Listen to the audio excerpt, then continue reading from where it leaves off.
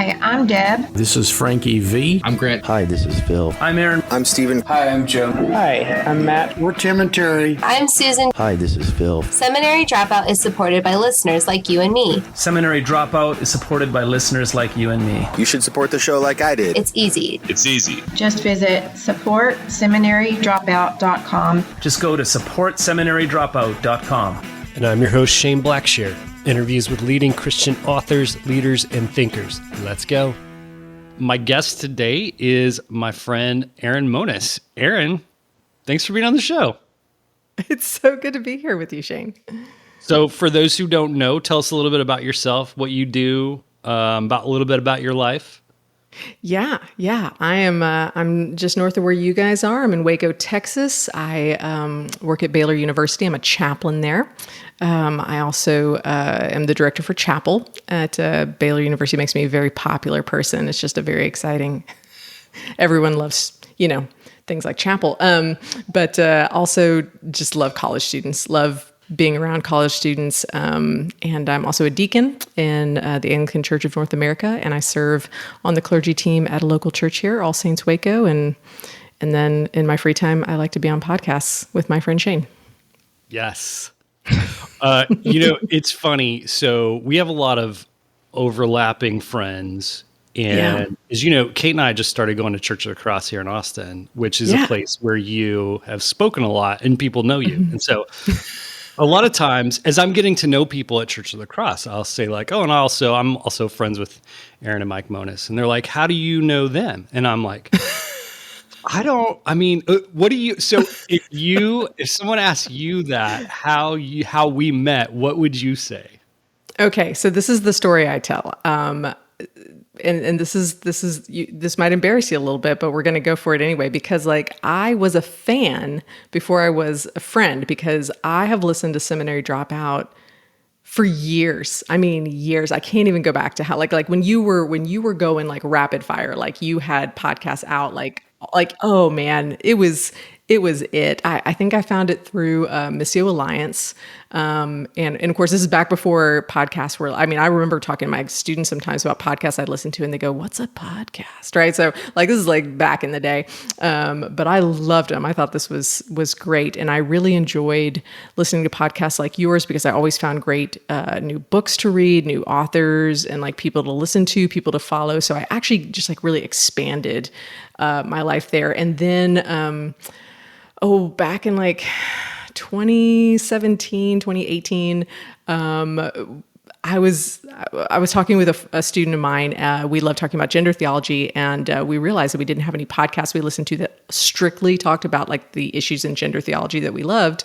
And we thought, wow, there's something out there that isn't like a podcast already. And we thought, let's just start one. And at the end of all of your episodes, you have pitched this, hey, you want to start a podcast? I think you should. And I was like, this thing was ingrained in my head because I'd heard your podcast 1,000 times. And I was like, I think I know a way. There's this thing. I think we can help get started, because we have no idea what we're doing. And sure enough, I bought the kit and got on the Facebook group, and that's how that was our first virtual connection, because you provide supports there. And so then I think we were following each other on socials, and then we moved to Texas, and you were like, oh, you're moving to Texas. Where are you moving to? And I thought, oh my gosh, Shane is in Austin. And now we're going to be friends. We're just going to be friends. This is happening. And so I told Mike, I was like, there's this guy I listen to on the podcast in a totally not creepy way. We're all going to be friends. And so it ended up, and you were just so kind to be like, yeah, let's go get dinner. And so we got to meet you and your lovely wife. And and then we realized that it just clicked. We all just like hanging out with each other. So here we are, true life friends. So the rest is history. Erin, I didn't put together that you took my podcasting course, and I never, in my head, you had told me you listened to the podcast. In my head, I started following you on Instagram, and I remember, I don't know how, I came across your account. Maybe you were following me and were liking something or something. I don't know how I came across your account, but I saw it. I was like, there's just this Anglican chaplain is always putting out killer content. You also had this super cool profile picture where you had like this smoky eye. Like it was, I was like, this like badass Anglican is just like the coolest. Anyway, so funny. so that's so crazy. But yeah, and then I do remember too, I think I guess you just moved to Baylor, but anyway, I think I remember reaching out and I was like, yeah, we got it. We're too close. So, and now, you know, when you come to Austin, you and Mike, you've got your very own bedroom in our house. We're there at Casa de Blackshare. Yeah, exactly. It all works out. Yeah. So you and I have talked, and you and I, Mike and Kate, have talked a lot about kind of your work, and you've been kind of in the college ministry space for a while.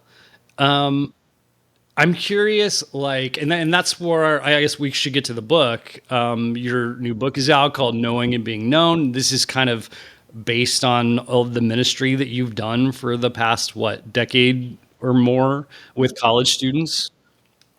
What are you seeing as you're talking with young people that you see that they're going through? And then I'm curious to know if you feel like, I guess it's not new because nothing's new, but like, do you feel like the expression of it is new, that these young people are going through things that like maybe we didn't go through, our generation didn't go through?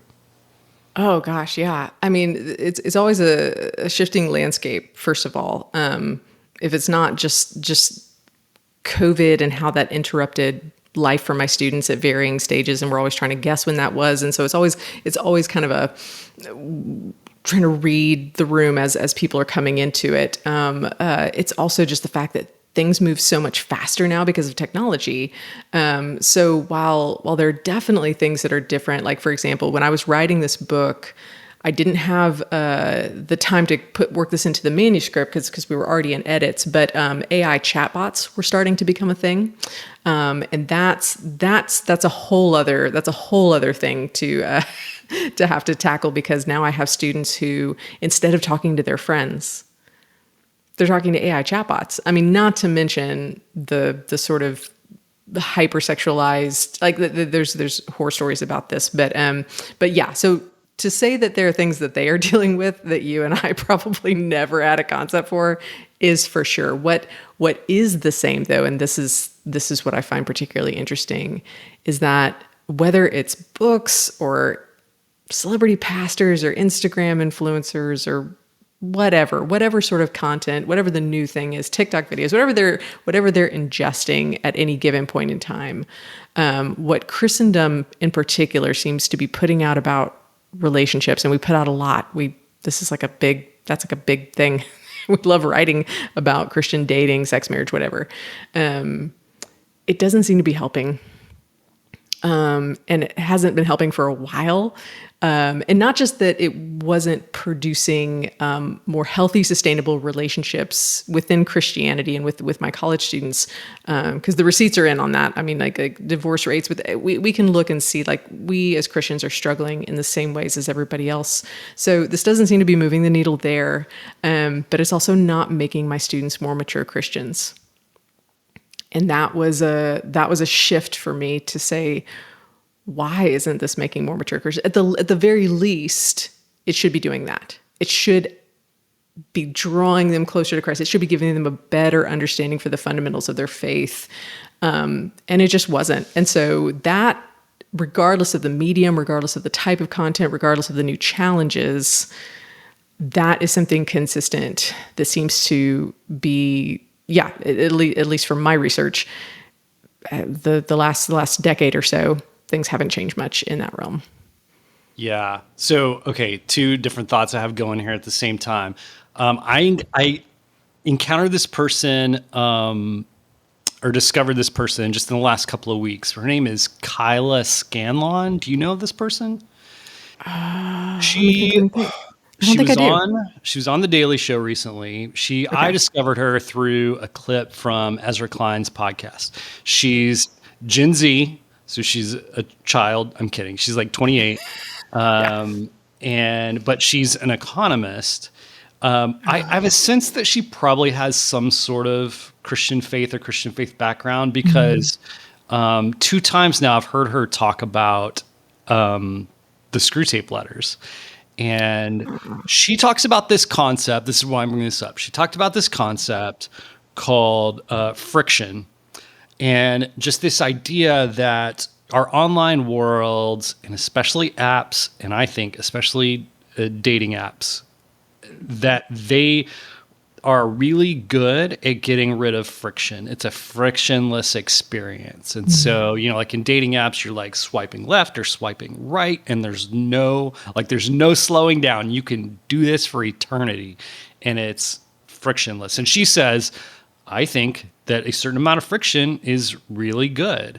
And she also, this is when she kind of opened up about the screw tape letters. It's really interesting because she's telling Ezra Klein about the screw tape letters. He's never read it. So she's going over like the plot of the screw tape letters, but she's talking about how like, this older demon is instructing a younger demon and telling him, don't attack them outright. Just kind of like trap them in this malaise of, ongoing existence. And she's talking about how technology is doing this.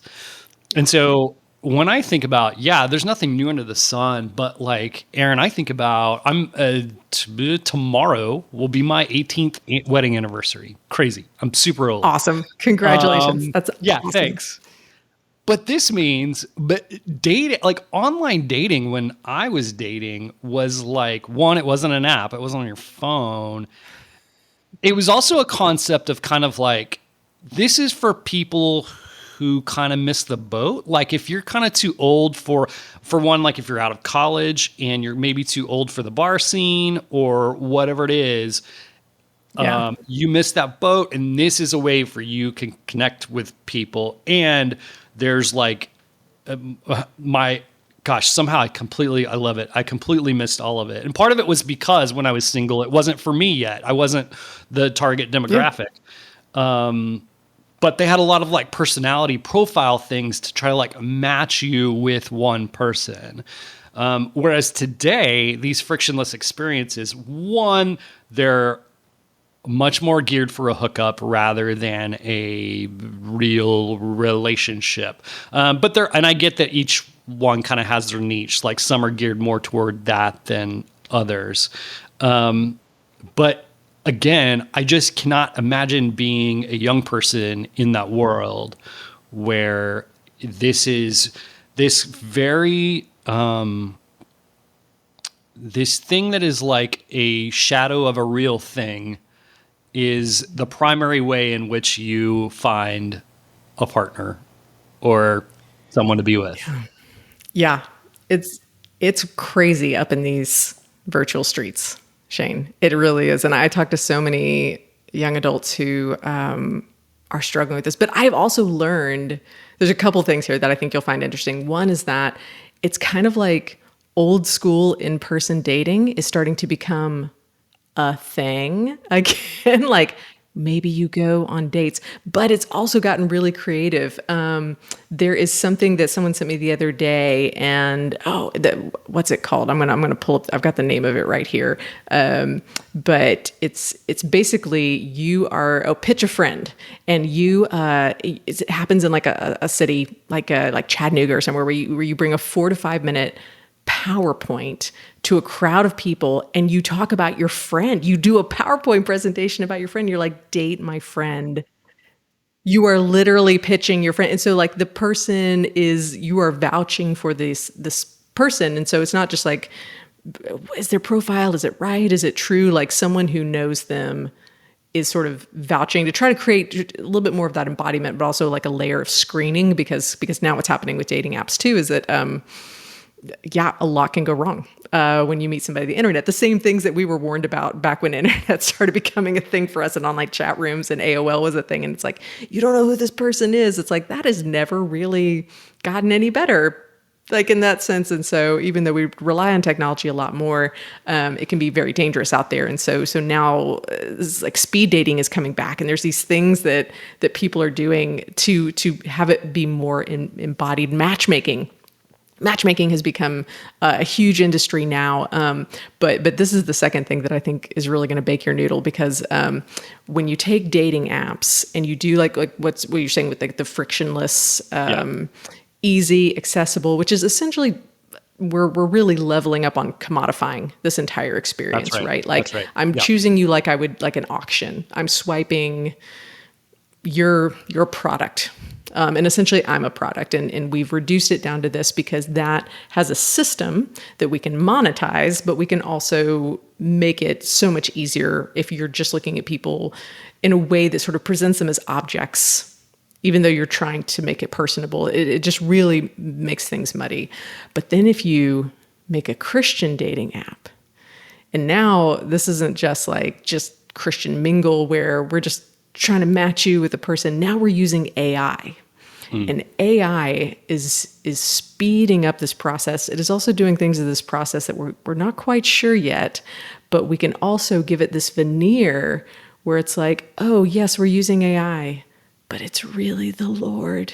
The Lord is matching you. And this is, I wish I was joking. There are actual dating apps that have come out this year where if you go to their websites, they're like, let the Lord match you with somebody, and it's just AI. And so now we take that same sort of icky, Christendom veneer that we've done to so many things, and so now it's getting real messy if your dating app is a Christian dating app, because now we're trying to make it as though there's some supernatural power working in the machine.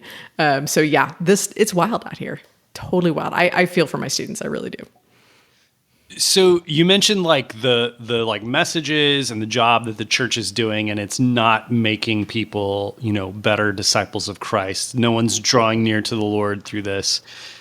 I'm curious about kind of maybe trends that you see from the church, and then maybe from culture at large, like the big messages that young people, yes, maybe all of us are getting from culture today, from wherever they might go and look today. Yeah.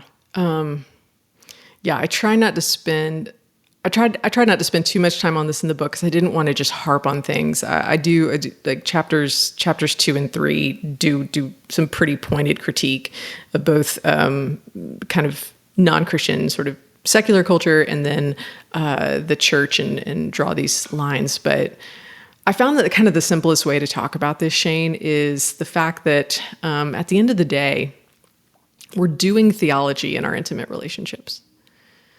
Yes.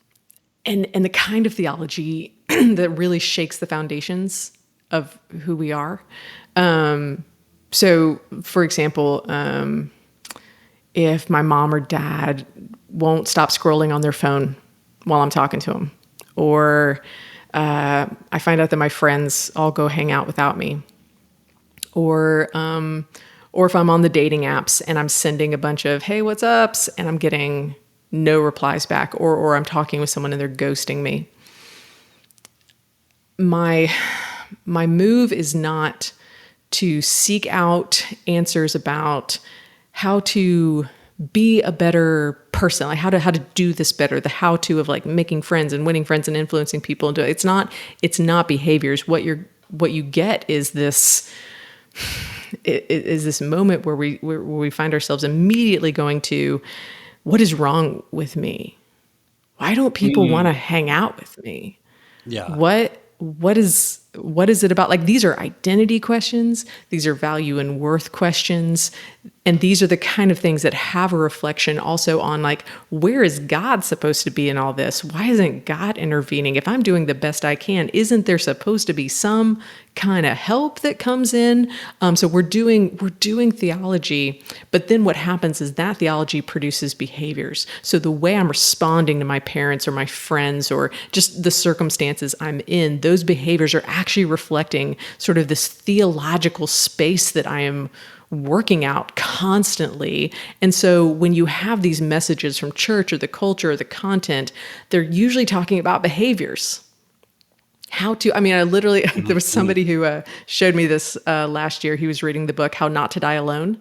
You know, it was just like this really popular book about how to date. Well, but it's kind of, again, it's like how, and it's looking at behaviors, but we're not dealing with what's actually behind a lot of our behaviors, what's behind and underneath the way that we respond to and act in these circumstances and with people have everything to do with what we believe about ourselves and our self-worth, and also in many ways, especially as Christians, what we believe about God and where God is supposed to be and what God is supposed to be doing.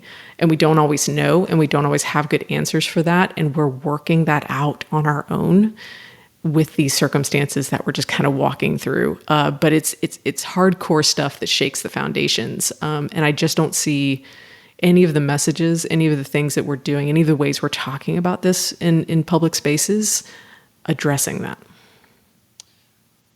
I feel like you're kind of pinpointing something that it took me too long to kind of realize and articulate, which is I feel like the church, the modern church, like we do a decent job of pointing out guardrails. Like, here's like, stay within these boundaries. Like, here's the boundaries, stay within them. And often what happens is like people get older, and the guardrails didn't keep them safe. Like they got burnt within the perimeters of the guardrails. Also, they look around at other people without the same guardrails, and they're like, they look like they're having a pretty good time. Seems okay. And the horror stories you told me about, if I didn't stay within the guardrails, don't seem to be happening to those people. Yeah. And at some point, and what these people are left with is a complete lack of like a robust theology of intimacy. Yeah. Which is like what the book was all about, and which I loved so much about it. So the other thing I was thinking was, Erin, you know, I would hate for someone, I don't know how you feel about this. I would hate for someone to think this book is just for young people, because one, I think it is like, yeah, super important for young people. In fact, I was thinking in my head, like, how young can my kids be and read this book? But also I was thinking, like, I need this book. Like, as a 40-something married person, like, these are some of the questions that I've been asking and searching, and everything that is relevant for, you know, a college student, someone in their 20s who's single or not, it doesn't go away for me when I get married, you know? Yeah, that's right. Yeah, no, that's so spot on. I'll tell you a funny story about this, because obviously my area of expertise is emerging adults. These are my people, 18 to 29. My ministry is like honed in on this group. And so I'm a first-time author, so I'm writing a book proposal, and of course I'm getting all this advice from people, and they're like, you want to have a really defined audience. And I'm like, got it, locked it in, 18 to 29-year-olds. These are my people. I've done my research with them. Like, it's all this relationship stuff is happening in this decade of life, like, done.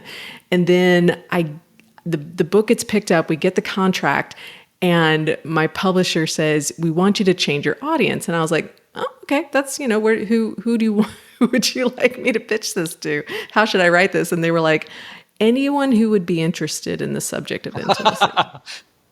Yeah. And I had to pause for a second. I was like, you mean everybody? People? Like literally, who's not invested in the subject? Like, at what point do you time out on, like, at some point you're just like, yeah, I don't need people anymore. Like, I don't need to like feel like a person who's loved and needed and cared for. Like, it just like, there is literally no life stage where intimacy is not absolutely integral to what we're experiencing as humans. So I was like, cool.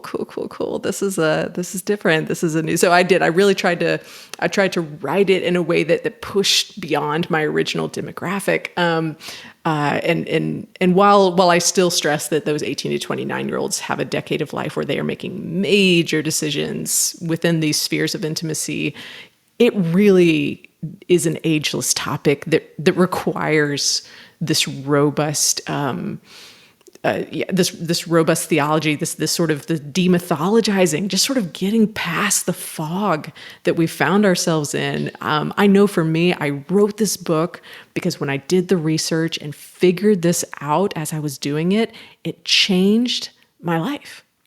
Yeah. It changed the way I disciple people, and it also changed the way I enter relationships with other people. And I was like, I'm not much of a writer. Thank God for like talented copy editors who like made my book readable just barely enough. But I knew I had to tell people what I found in hopes that maybe their lives would change in the ways that mine had. So yeah, it's for everyone. I hope people are able to get something from it.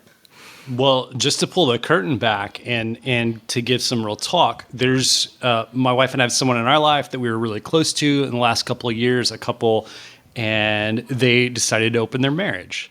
And these are people in the church, and it was very interesting to see kind of the Christians around them, not all, but some of the Christians around them kind of go, like, I know this is wrong, but I'm not exactly sure why, other than it makes me feel icky.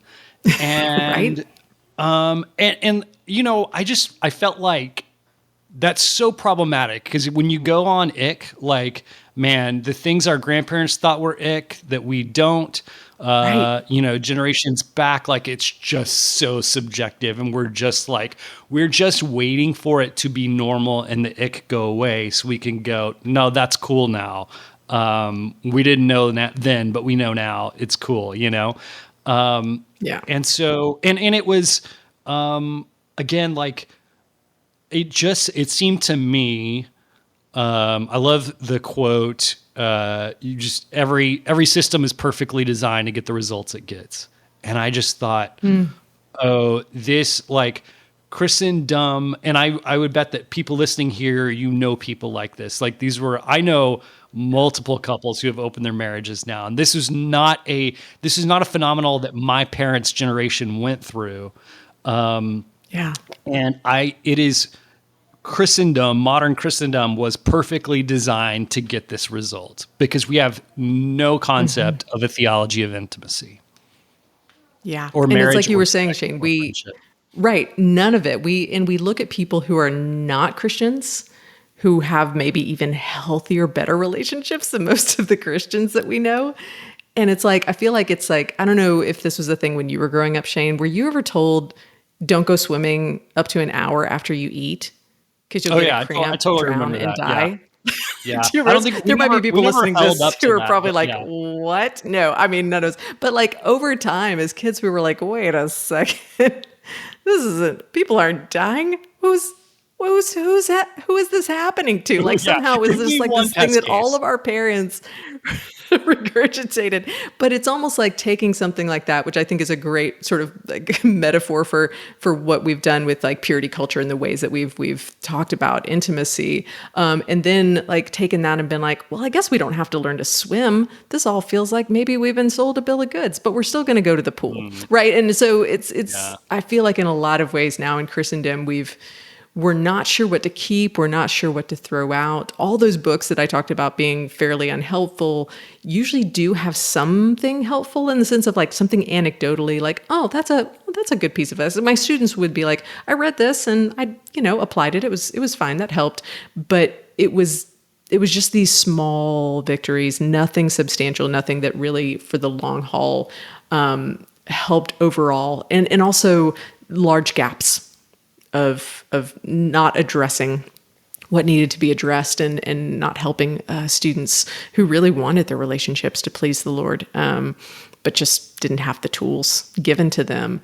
And so in a lot of ways now, so open marriages, polyamory, like I hear more and more stories about people, hey, my friend is talking about this and I hate that it's making sense, but I don't necessarily know how to feel otherwise about it. And so, yeah, it feels a little bit like now we're just all at the pool, eating Cheetos, but also like not knowing how to swim either. And it's getting a little dangerous in here, but all that we were taught was we know that we can swim within an hour of eating and not die, but we don't know anything else because that's all we learned was what we were sold that actually wasn't true and wasn't working. But there's nothing else really. I don't know. I'm always looking for the new thing to come out that my students are listening to or reading or hearing in hopes that it has the gospel. And I haven't. That's what I've been really saddened by.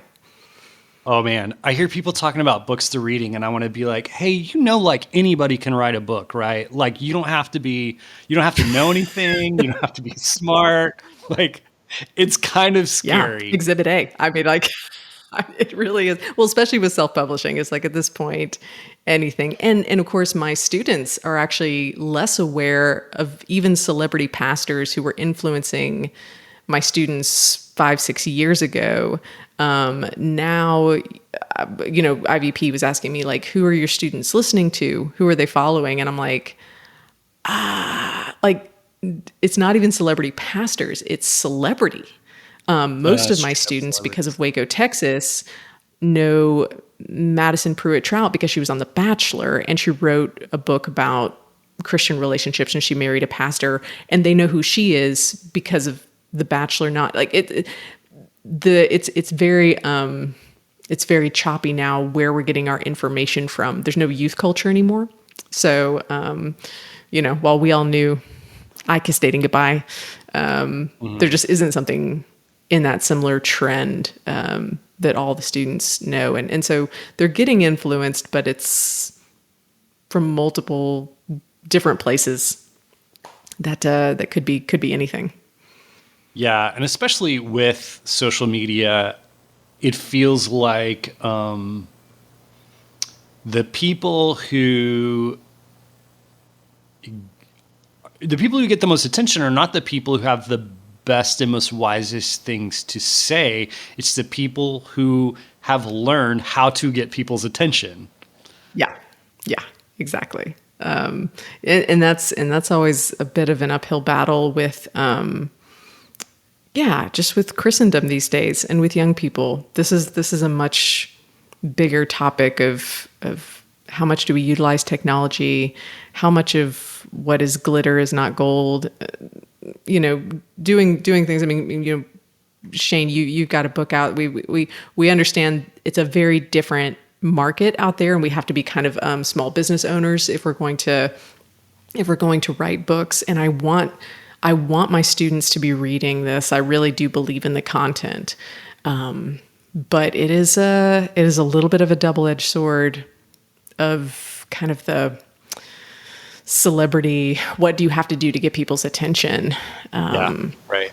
Yeah. Mm-hmm. So it's tricky. Hopefully, everyone listening to this podcast will be so deeply moved by our sincerity that they will just run out and buy the book.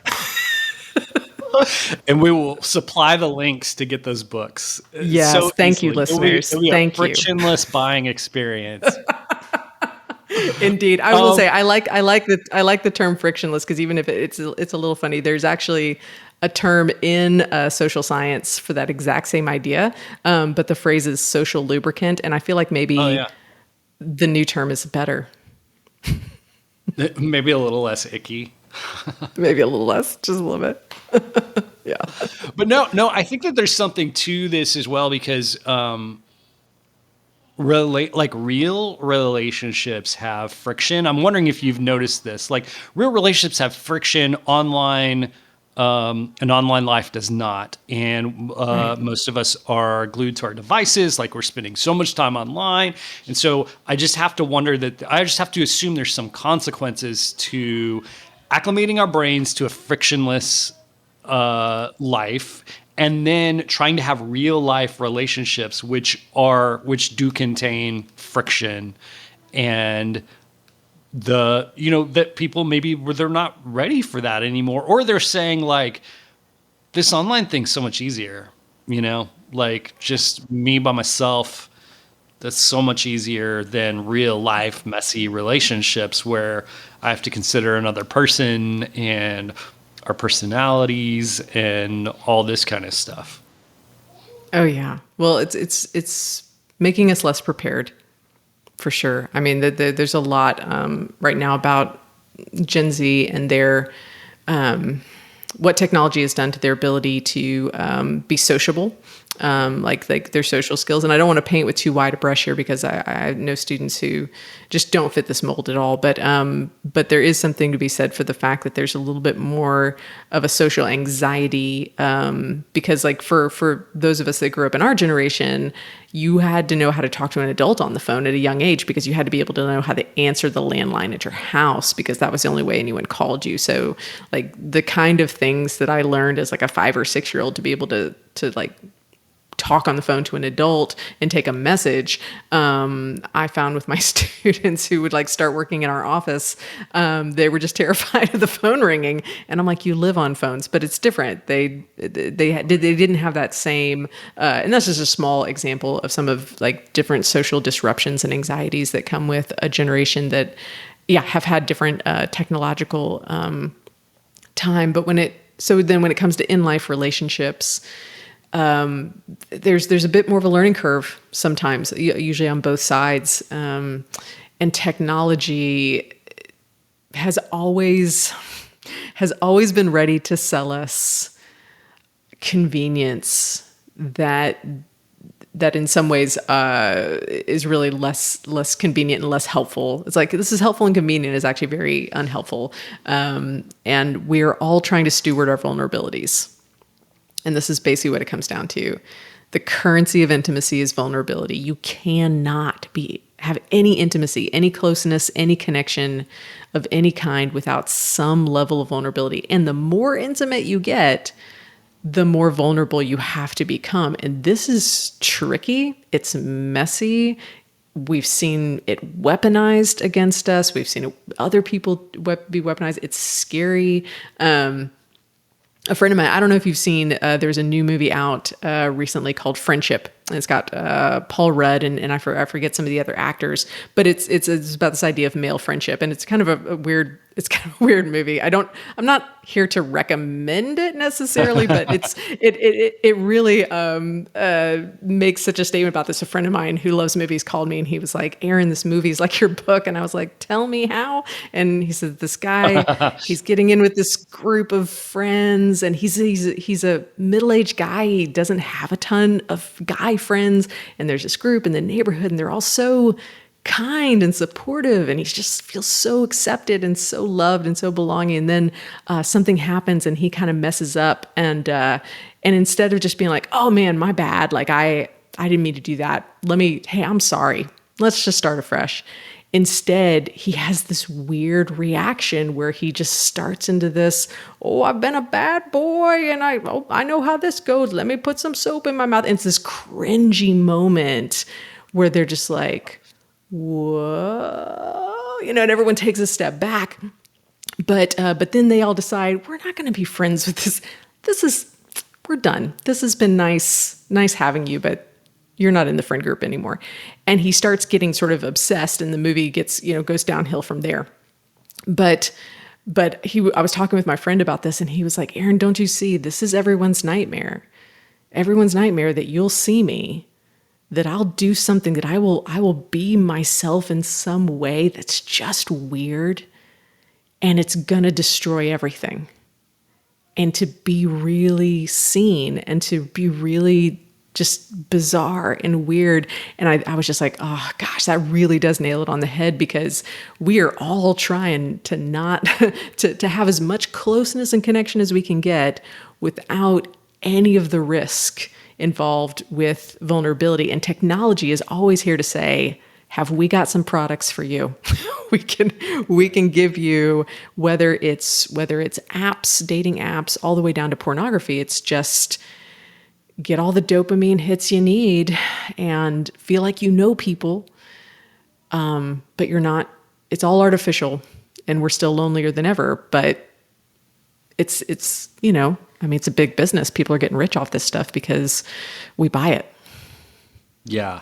Well, and now, there's a lot being talked about from people using like ChatGPT and other AI platforms for therapy, basically. And so, here's one, it's free. and you can tell it anything and it's not going to judge you because it was programmed not to judge you because it's not a human. And it was programmed to make you feel awesome. Like, way to go. That's right. You're a great person. Like, it's just, you just feel so affirmed. You're like, oh, thanks, artificial intelligence. Yeah. I am a good Algorithm that person. someone typed up. Yeah. Yeah. So, okay. So vulnerability seems to be a huge part of it. I like steering back to kind of a theology of intimacy. And I want to know, I want to know more about that. And maybe a good place to start would be, you tell a great story in the book of when you're doing your research and you had, and I'm not going to be great on the details here, but you broke people up into groups and they're having conversations about basically what does, I don't know if you use the word, but relationships and what, maybe you were just asking them what a theology of intimacy was. And kind of watching them. And a lot of times people who, had been Christians for years, grew up in the church, had just no idea where to start. And then finally there were a few kind of glimmers in there of something really amazing. Yeah, this was actually my doctoral cohort. So a room of That's right. I remember super smart people. I mean, smart people who went on to write amazing projects, and we were all in this together. So we had our individual research projects that we were working on, and we were taking time in the coursework to just help each other, just walk through. And I remember we spent a lot of time on mine because everyone was really interested, everyone was really into it, everyone loved the topic. But I was like, a theology of intimacy, where is it? What is it?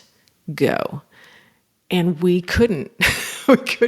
we couldn't figure it out. And I say this in the book, I kind of look back now and I laugh about how stuck in the mud we were, because now, Shane, I can't talk about intimate relationships without talking about the gospel. And I can't talk about the gospel without talking about intimate relationships.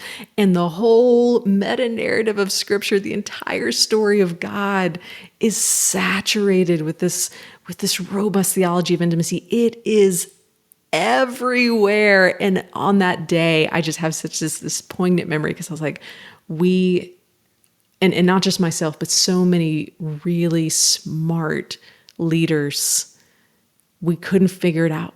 And I think that speaks to the fact that with my critique of everything that everyone's been doing wrong in Christendom in the world, I have to place myself at the center and say, this took a shift, but not a shift to some new idea. I didn't come up with something new or different. I don't have some new take, some new thought about this.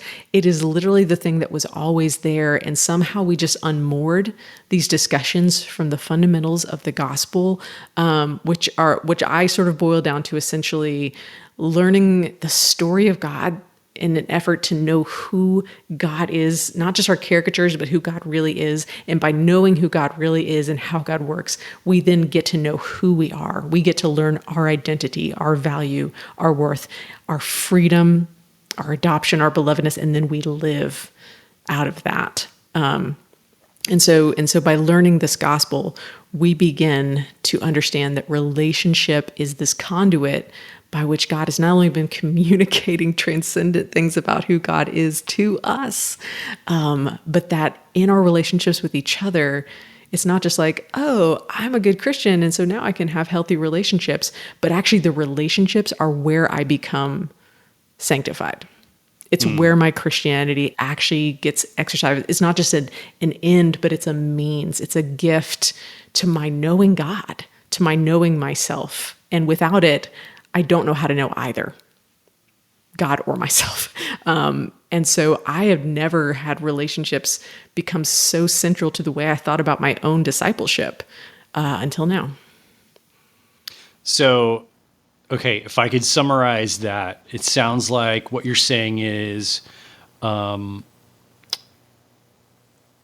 story of who God is, and, as revealed in Jesus. We know about that character. We participate in that life with Christians. And so kind of the question when we approach relationships is, what does that say about ourselves, and how do we, what's a version of that in relationship? And that informs us of a theology of intimacy. Am I getting anywhere close? Yeah. No. And this is why this book was so hard to market because it's like, it's about dating, it's about marriage. Yeah, like, right. What is it? Like, well, it's about this theology of intimacy. Oh, that's cool. What do you mean by that? Okay. So boiling it down, and this is sort of how I try to land the plane a little bit in the book, because it is big. It is very all encompassing. It's almost too much to encapsulate. But essentially, I believe that some of the biggest things that I come up against in my own relationships is that I live out of a false sense of who I am. I get defensive. I maybe try to manipulate people into making me feel cool about who I am and what I do. I wake up sometimes thinking it's really all up to me. Like I believe this whole Jesus thing, but it kind of feels like it's all up to me to get what I need from people today and what I need ultimately. I come to my life with the scarcity mindset. And that really channels my behavior, and it channels the way I approach my relationships and God and myself. But it's all a lie. It's all a lie because when Christ died on a cross and rose from the dead and gave us this gift of God's self, and through the Holy Spirit, we are new creations. We have been given the mantle of Christ. Like we wear Christ. Now when God sees us, he sees Christ, and the fruits of the Spirit come through us. And it's like, that's all cool. But what does that mean? And for my life today, it means that without qualifying anything, without me earning anything, I am free. I am full. I'm beloved. I have everything I need for life and godliness, as it says in, I believe it's Galatians. Everything for life and godliness. Like that's a wild statement. But the thing is, I don't wake up feeling full or free. And yet these things are what the gospel says is true about me right now and about you right now, without us having to have done anything. It's what is true about you and I. And I live out of a different self. I live out of a self that, that actually isn't true.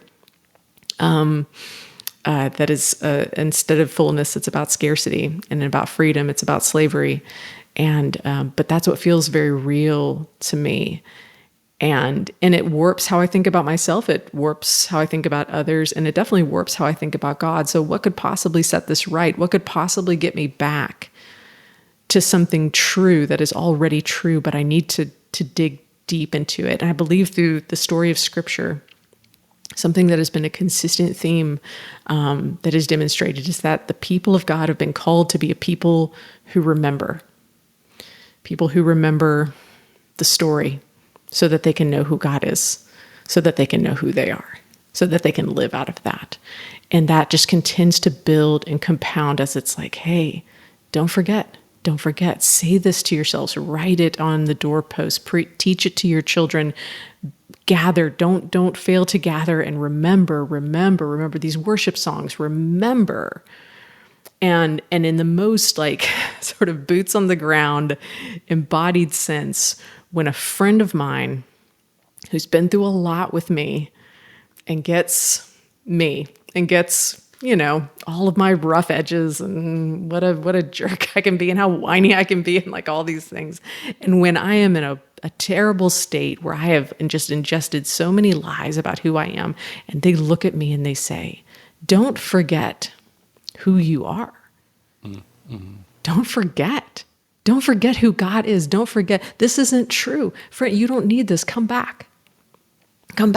This is not who you are. There's a power that I have not found in 1,000 quiet times. Not that I'm dissing quiet times, people. Don't hear me what I'm not saying. But there's something about relationship that God infused into how we live this life with God and life with each other, essentially relational, that says there's something about this that is so important to us walking in light of the identity that has been gifted to us because of Christ. And the only way I'm going to get back to that and have any hope of living out of it at any given day is a constant return to these true things. And I can read about them in Scripture, and I can go to church and sing about them and hear about them. But in the most critical way, the story of God keeps saying relationship fundamentally with God and with each other contains something powerful, more powerful than the ocean of lies that feels so crushing all around us. And I just don't know if I was ever taught that my relationships were so critical to how I understand all of this. But it's changed. That's when I say it changed. This is what's changed. Now my friendships, my marriage, it's all shifted because now I see them as part of how I encounter God and how I discover who I am, and that I am a participant in doing that for them as well. Yeah. So it sounds like kind of what you're saying is like when two people interact, whatever relationship it is, a family member, husband, wife, friendship, that when those people believe that they are made complete by Christ and they find their identity in Christ, that's where true intimacy thrives. And then it's almost like there's kind of this like beautiful feedback loop where not only are we bringing that to the table, but I'm reminding you of that and you're reminding me of that. And it's this, this beautiful intimacy that takes place. Yeah.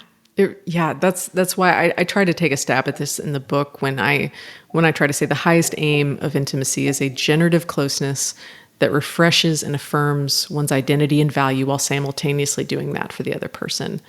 It's like this idea that all of the good behaviors, the trust building, the communication, let's make sure we prioritize date night, and let's make sure we get a call once a week because we don't live in the same state anymore and I love my friend, or, I want to make sure my mom gets a FaceTime on Saturdays, or, it's like there's all of these things that we do that are good things, are really for something, maybe for something bigger than we ever thought, which is us being the whole people in the world that we already are because of Christ. And I just think that's beautiful.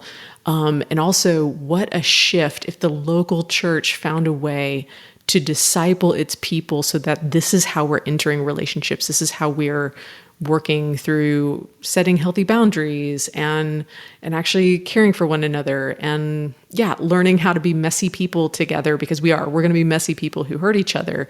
But it's one of those things where what if we were drawing each other back to the people that we already are? Because when I come full to my life, to my relationships, to my job, I don't really need anything. I can just love you. I can just sit across from you and say, I don't really need anything because I'm coming full. I'm good. How can I listen to you? How can I care for you? I've got you. Like it's a game changer. But it takes a constant discipline of remembrance for me to stay there, for me to live out of that. And I think that's sanctification. That's what we're all working towards, to be the kind of people who are getting closer and closer to living more and more of our lives out of imaging Christ. So, one of the things that I appreciate is that, you talk about intimacy. This would encompass a lot of things. It encompasses sex, but it's not just about sex. Right. It includes friendships too, which I really feel like we should talk about friendships before we go, because we don't do enough of that. But I'm wondering, I could hear someone saying, look, in my marriage, part of how we express this self-giving love is through sex. Why not let more people into that? Why not? Let's give I'll give more of myself to more people. And what's wrong with that? That sounds like even better. Erin? Oh gosh, I love that so much. It's just, well, this is another, I think, kind of failure of the church to in our attempt to elevate marriage and to try to have healthy and strong marriages, we've actually diminished other things, including marriage, which is this really sort of sad state of affairs. But in doing so, we've created sort of a sex essentialism instead of remembering and realizing that in the eschaton, marriage, sex, these things, according to Jesus, are not going to be there. There are things that will, yeah, exactly, make it into the final, second coming and consummation of all good things. But ultimately, what we do and what we have in marriage, as evidenced by Paul's words and Jesus' words, these are signposts. These are for something. These are directing us. They're pointing us towards something. So while sex should always be healthy, should always be consensual, it should always be safe, it should always be something I think that two people love to enjoy together. We just gotta we just gotta chill a little bit about the importance we put on this act, because we're making it this thing where we're going to the kind of things that you're saying, where it's like, well, can I maybe get some more over here? Do this over, it's like we build our worlds around it. And in many ways, we've been told we must, because that's actually how we're measuring our value. That's actually how we're measuring our success as adults. The sexual attraction metric is kind of our metric to know whether or not we're a person. And that's evidence in the way we treat our unmarried people, or people, or in even a secular context, people who are not having sex. It's very shaming, and it's very disparaging, because we're not just attaching it to sexiness, we're attaching it to, are you a successful adult that matters in this world? And that's a lot. So no wonder we're obsessed. And we haven't created a strong counter narrative to that in the church. So we've sort of adopted it. Now we've put it in the confines of marriage. But again, going back to just those guardrails, it's sort of a poor simplicity. That's something that needs something more robust to be able to say, like, hey, we want healthy, strong marriages. That is super important. And sex should be a part of that. And it should be good. But this isn't the end all be all. In fact, is your friendship in your marriage as healthy or healthier than your sex life? Do you have friendships outside of your marriage that their presence actually brings goodness and makes your marriage stronger as a result of being a part of your life? Is your marriage enhancing those friendships as well? So I feel like we've got these false hierarchies that have caused us to, gravitate towards the idea of like, oh, sex is intimacy. Intimacy is good. Hey, baby. Like, it's this idea that somehow that's going to do something that it never was designed to do. Yeah. And what it does is it makes even just good sex cheaper, which is unfortunate. Yeah. Yeah. I also sense, I'd like to know what you think about this. And I don't think, purity culture isn't the root cause of everything bad, but I don't know if it's root cause of anything good either. Right. I feel like for so long we told people, like, the lust, those desires, like, just get married and then you cross the finish line, it's fine. And congratulations. Every sexual desire you've ever had will be met, and totally. You'll be good to go. It's just one long party after that, and then people are getting married and finding out that's not the case. Oh, so not the case. That's so true. Well, it's the wait. Why did I have to wait an hour to swim? This is butt kiss. This is like what sort of bill of goods have I been sold? This is nothing like I was told. And so, it's that sort of thing where then we didn't really know how to swim. Like, it wasn't just all of the damage does extra damage, because now we're just not sure what is good, what is biblical, what is godly. And so, purity culture gave us a framework, but that framework was just incredibly flawed because it was solely bent on behaviors. And behaviors require motivations, and we didn't really have a robust theology of intimacy. Those So we guardrails. had to provide other motivations, like just wait till you get married to have sex, and then it'll be amazing. And then Sheila Gregoire comes along and says, we've done a lot of research, and turns out that's not the case at all. In fact, we forgot to teach people the fundamentals of good sex and marriage. And so actually some of these are really, really toxic and bad. And it wasn't about saving ourselves. And so, but again, what that does is it, I think, corrupts the whole conversation of why anyone would wait to marriage to have sex. And so that becomes a harder conversation to have because of all of this. Because now we're having to heal from the damage.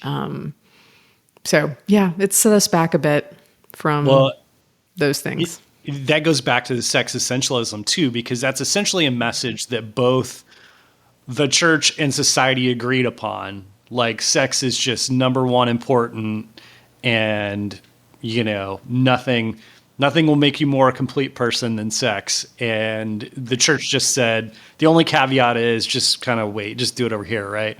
But they agreed that it was essential. Okay. So let's talk about friendship real quick, because I think it is so important. I think it's so overlooked, and we're seeing the fallout from it. What are you seeing as you're talking with young people, as people your age, older people? Like, what are we missing with friendship? Oh gosh, basically anything that helps us know how to do it well. We're missing an entire sort of a cultural liturgy for friendship in the same way we've had for dating and sex and marriage. So a lot of us, if you really like pull away the layers of what we learned about dating and sex and marriage, we absorbed that implicitly through media in many ways. Conversations with our friends, parents, those sort of things have influence as well. But we learned what romance is and what you do and don't do on a date with a person because we saw it over and over again in TV shows and movies, and we learned these things because that narrative is front and center. And it's not that friendship isn't there. Friendship is just relegated. It's sort of the supporting role to the main event, which is the romantic storyline. And so now friendship is becoming more important to us as a culture. Gen Z and others are, we've delayed marriage. People are single for a lot longer. People might spend or higher percentage to spend more of their lives not married than they were ever before. Our churches really have to struggle to catch up to this because we have more and more single people in our churches. And the way we've been doing programming up to this point just ain't going to cut it anymore. And so we need a stronger theology of friendship out of pure necessity in many ways in our churches. But honestly, culturally, people are asking the same questions. Now you have friendship coaches, like when life coaches were like a big thing and everyone came out with that. Like now you have people who are like friendship coaches and they tour and they have these big seminars, and it's a whole thing now. Dating apps have started, some of them have created a secondary feature where you're just looking for friends. So you move to a new city. Yeah, I've heard about that. Yeah. How do you find friends, right? Like, you can look for dates or hook up over here, but also if you're just looking for friends, we've got that feature as well. And then like my college students are realizing there's a kind of a wild statistic about how many students, when they come to a college and they have roommates for the first time in their lives. They've never shared a bedroom with anyone in their lives. Vast majority of them, 80s, 90 percentiles. And they realize they're hard to live with. And other people are really hard to live with. Friction. And that friction, right? And people they love and friends that they enjoy. And, it's like, oh, this will be better because sophomore year I'm going to room with my best friend. And then they realize, oh my gosh, this is hard. And friendship is hard. And I love this person. And honestly, Shane, like if I could produce content immediately following this book, if I could just like snap my fingers and have books and videos and all sorts of content, it would be about the art of adult friendship. Because we desperately need, oh gosh, just to address 1,000 different topics related to how to do this well. Because I believe from just a social standpoint, this is a question a lot of people are asking. So it's a good time to put that out. But from a theological standpoint, if you're going to have any kind of hierarchy, I think you got to put friendship at the center. It will make our marriages stronger. Yeah. It will change the way we date and look for partners. It will change the way we deal with our adult relationships and our families. And it will also just, enhance friendships, right? But it's accessible to everyone. Churches don't have to stop caring about marriages. We can just care about friendship and actually help everyone in our churches and have stronger marriages as a result. So I feel like I'd like to see this be picked up on more and more in churches and our Christian settings. Yeah, I can speak from experience. It is difficult. And I feel like our society is constantly, it's changing in ways that are not conducive for friendship. And part of this is just, gosh, our capitalist society, the way it is right now, living in Austin, Texas, and like we live in a house that we bought several years ago. And I will never be able to, not never, in the recent future, I will not be able to move out of this house. And so, man, there's some dear friends of ours that live in South Austin, and like, it's good if we can get once a month in, because it's just this idea that we're gonna just come over tonight and have dinner. It's like, nope, there's a whole planning process that's got to happen for that to happen. And it's incredibly difficult, not to mention the ways in which it's more difficult to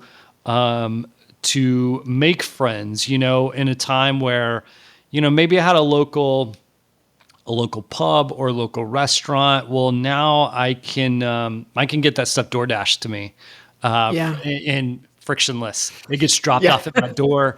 We got a product for you, baby. I never see a person. I never see another human being. I used to go to the gym, and then COVID happened and I got a home gym. And so I don't go to the gym anymore. So that's I could see one of my friends there. I could meet a friend there, not anymore.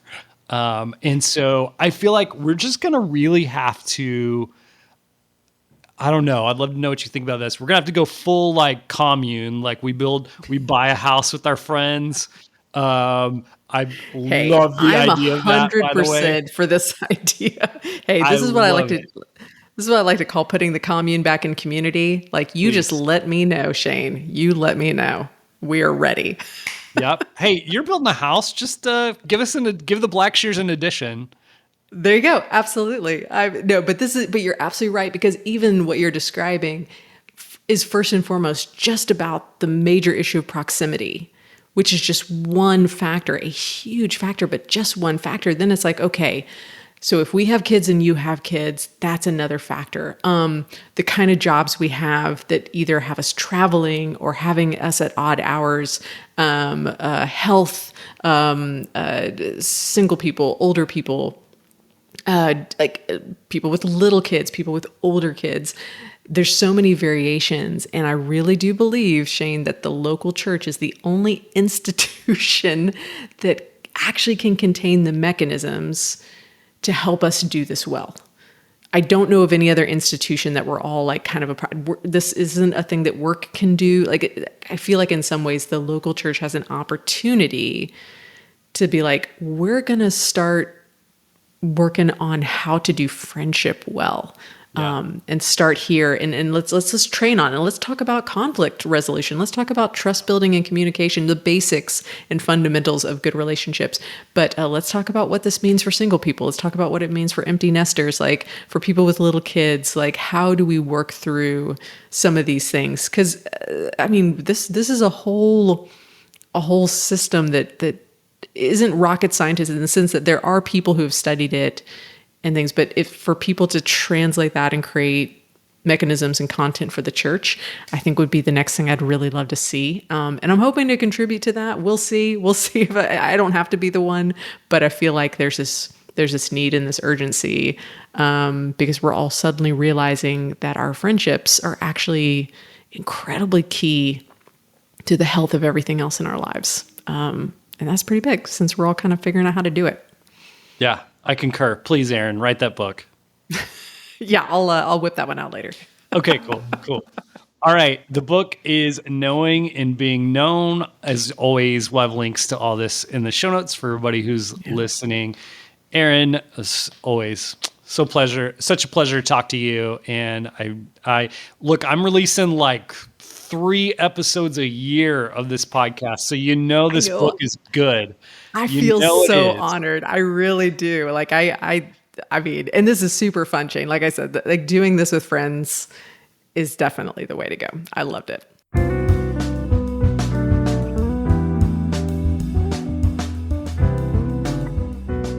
Thanks for joining me for another episode of Seminary Dropout. Remember, you can find all the show notes for this show and all shows at shaneblackshear.com. Oh, and hey, have you ever thought about starting your very own podcast? I bet you have. And I think you should do it. In fact, I've created a course just for you to teach you everything that I've learned over the last couple of years producing Seminary Dropout. So if you're interested in podcasting and want to learn how, go check out my course. You can go there by typing in podcastingforeveryone.org. And you can get a special discount by typing in the discount code Seminary Dropout, all one word. That'll give you 25% off. So go check it out. If you have any questions, let me know. Okay. Thanks to those that left ratings and reviews on iTunes this week. Remember, that keeps the show front and center. Also, remember, you can find me on Twitter at beardonabike.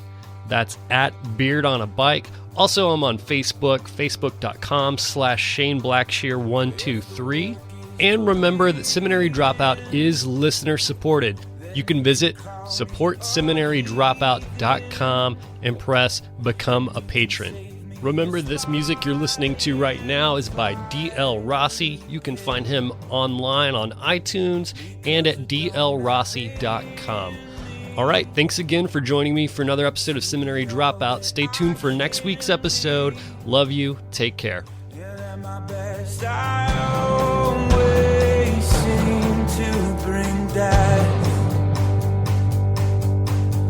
But there's still hope for me.